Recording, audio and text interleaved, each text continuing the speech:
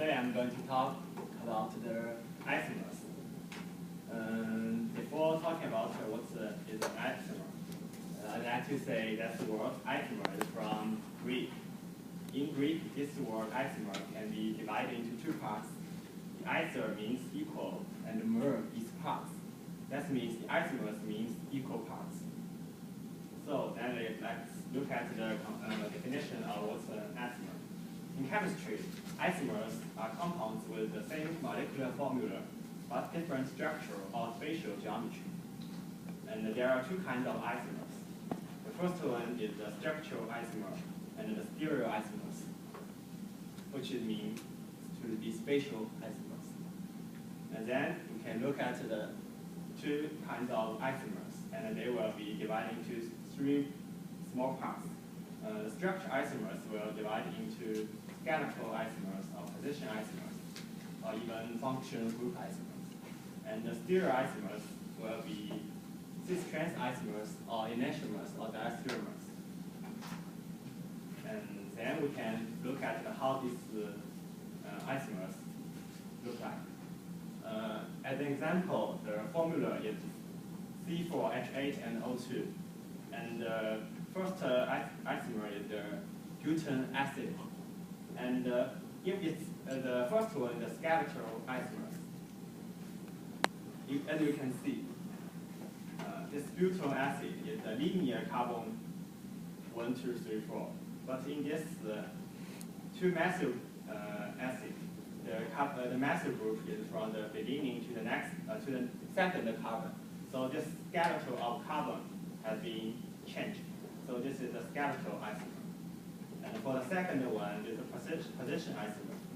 The hydroxyl group in this end, and it's being put to the other end. So this is the position isomers. And the last one is the functional group isomers.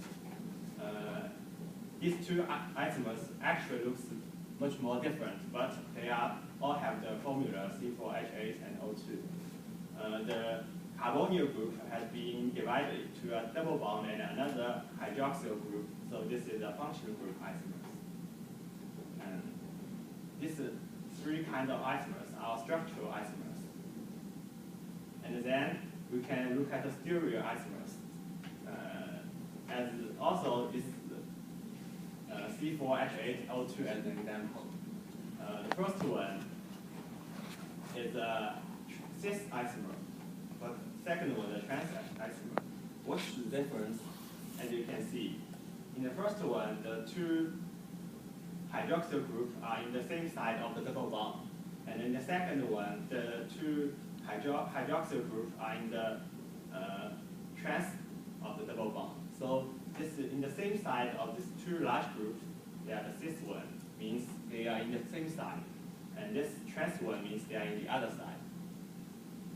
And the last stereoisomers is this. Actually, it's a chiral. It's a chirality determining what these two isomers are.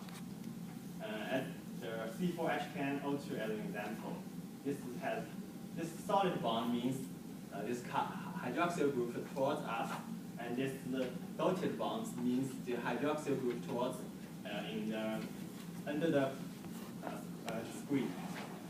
So these two isomers are enantiomers with each other because they are in a mirror image. But these two, they can never be at the same molecule because of any operational symmetry. So these have two chiral centers. They are diastereomers. So this is the last kind of isomers. And in conclusion, isomers makes our world more versatile because with the limited formula of organic compounds, these isomers will have a lot of other structure, characters, and properties.